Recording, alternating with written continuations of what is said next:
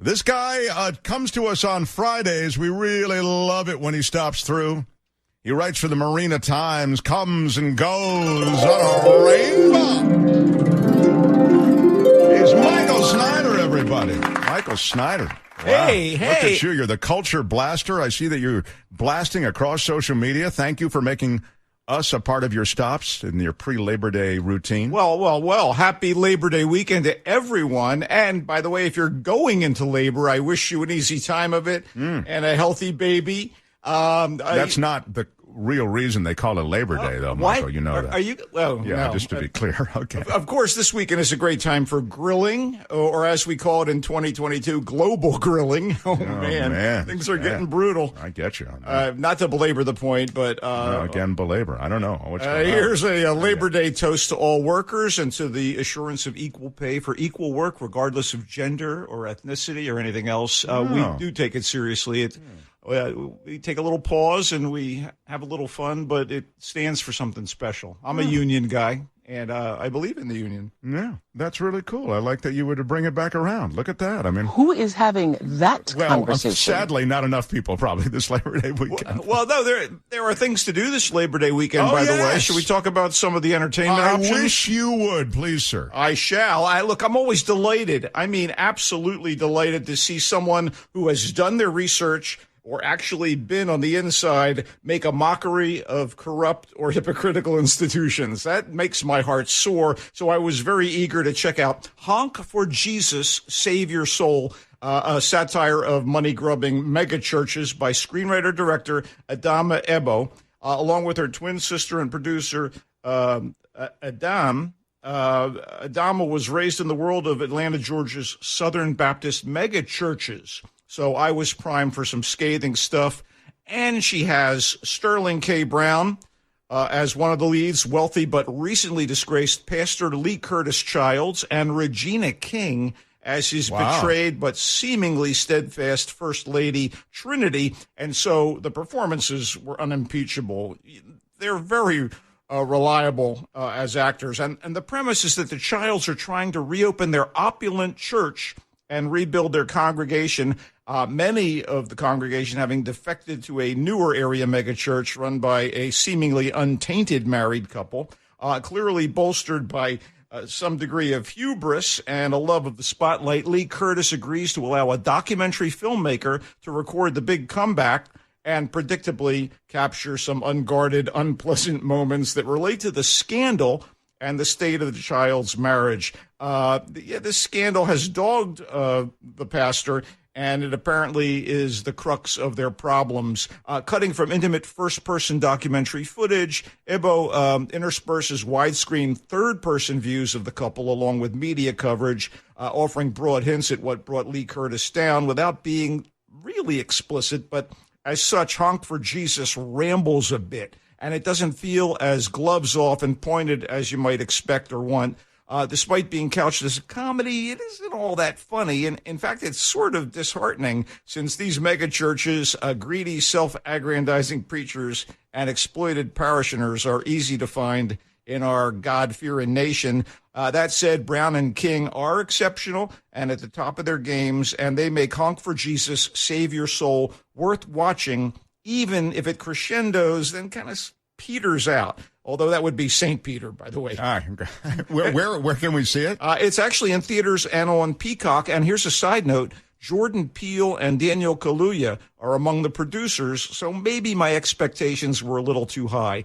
There are, pros to watching this, and it's those two pros, King and Brown. Let me just ask you this. It sounds, I thought it was a dramatic thing, like that is to say a scripted drama or dramedy, whatever you want to call it. But it sounded to me like, as you were reviewing it, like there might be some documentary film that's interspersed. Or I'm unclear. But it's faux documentary film. It's a mockumentary, and it's meant to be satirical, and it does have its moments, but it's not, it's not something that I'm going to say is a satire for the ages. Chris, hubris is a ding word. Self-aggrandizing, give him a ding, and we'll give him a ding on unimpeachable, please. All right, go ahead, Michael. Who's up for a World War II thriller? Come on. Burial travels with a unit of Russian soldiers, including a female intelligence officer, who are transporting a very significant dead body from Berlin all the way back to the motherland, where they will supposedly deliver the remains to Stalin himself. Wow. Uncle Joe has need of the body for... It's a wild idea, but it just might. It's a wild idea, but it just might work. Go ahead, yeah. Uncle Joe has need of the body for, I don't know, propaganda. Anyway, so the war is almost over and the Third Reich is going down, but there are still Nazi loyalists lurking about who would like to get their hands on the body for their own nefarious purposes.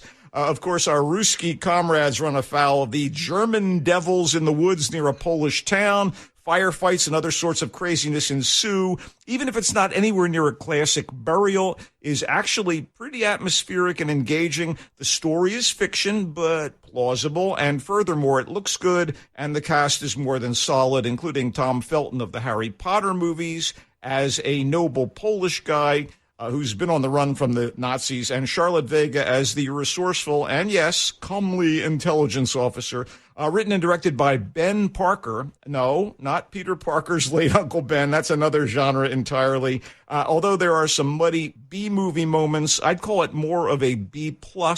Let's get down to the bottom line. I dug Burial. Anyway, I got it. I dug. It's in theaters and available to rent or buy on Apple TV. Once in a while, you succumb to the things that critics do, like I dug Burial or... Quippage? Oh, yeah, yes. Quippage, exactly. Quippage All right, go ahead. alert. Anyway, you can see it on streaming platforms or in the movie theaters. Burial, it's called. Okay, go ahead. Manipulative and mawkish though it is. Mawkish is a dang word for sure. Gigi and Nate has its heart in the right place, beating within the skinny chest of an adorable capuchin helper monkey. Oh, yes, it's a helper monkey.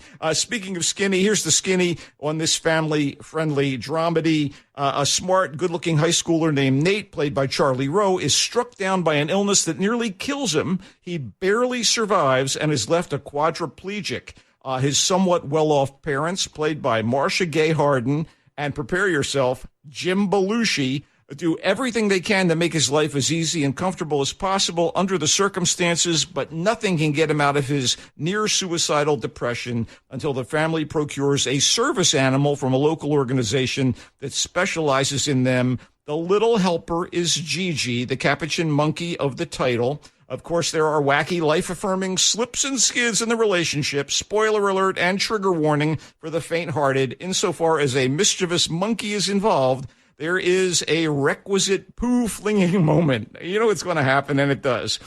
Still, Nate's quality of life and demeanor are improved by Gigi until some mean old animal activists accuse capuchins of being dangerous, potential face rippers, and lobby for helper monkeys to be made illegal in the state where Nate and family reside. Oh, no. What a downer. Bring on the courtroom scene. It's all a bit much, and prepare yourself again. It's based on a true story. Wow, we love that. By the way, do monkeys eat corn? Because there's a lot of it here. It's corny. One more cast note, Grandma, who loves her vodka, is played by the immortal Diane Lane. These monkey shines... got a lot of very good actors and actresses. Marcia Gay Harden and Diane Lane, and then there's Jim Belushi. But yes, you're right. I like Jim Belushi. Grandma loves her vodka, played by Diane Lane.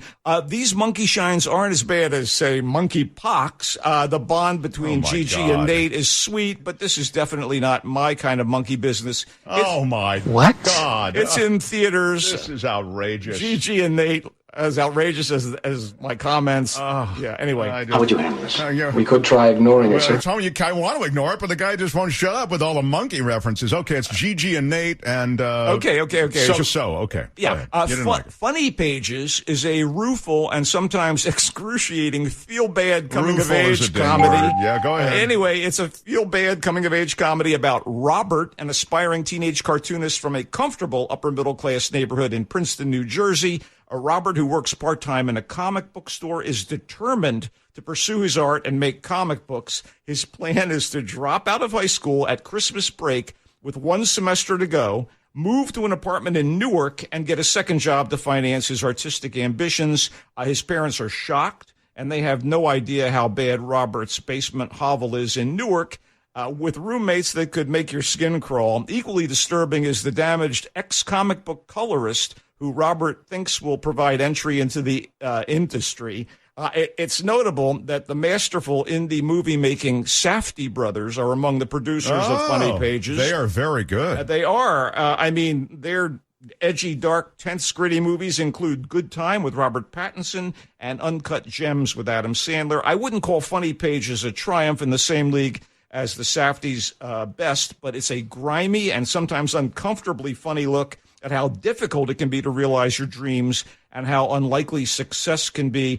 This is the first feature film written and directed by young actor Owen Kline, who happens to be the son of Kevin Kline and Phoebe Cates. Wow. I wonder how hard it was to get his career going. Not as hard as the cartoonist in the movie, probably. Legacy kid.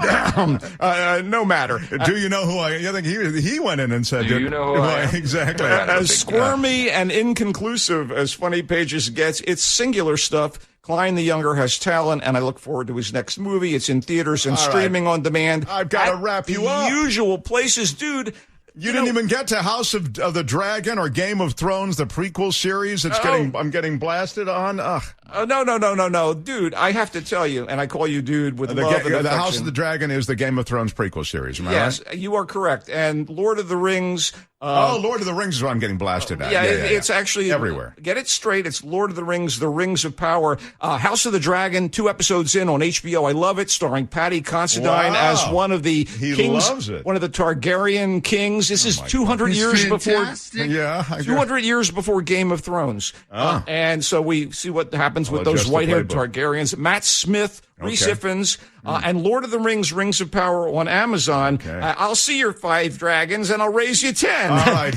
So he likes that. I do. There's a lot of mystical fire. Funny Pages he also kind of likes, Yeah. but you liked it. I liked it, but it's difficult to watch. It's the cartoonist thing, and you can find it. Where did you say it's streaming? It's streaming and it's in theaters. Okay, yes. Gigi and Nate, Marcia Gay Harden, Jim Belushi, Charlie Rowe, Diane Lane. It's missable. difficult. I think that you kind of. I missable. did not like it, and it's in theaters. Yeah, Burial. That's the one with the monkey. Burial. Tom Felton, the guy from Harry Potter. Charlotte Vega, directed by Ben Parker. He kind of liked it. He thought it was actually plausible, even though it's a fictitious story out of World War II, the end of the World War II. It's a B-plus movie. Honk for Jesus, Save Your Soul. That's the satire from Adama Ebo, starring Sterling K. Brown, Regina Hall. It rambles a bit, but it's in theaters and on Peacock. We love you, Michael Snyder. I only wish we could hang out all Labor Day weekend. He comes and goes on a rainbow. Find him in the Marina Times. Michael Snyder, everybody. Happy Labor Day. Bye, Culture Blaster.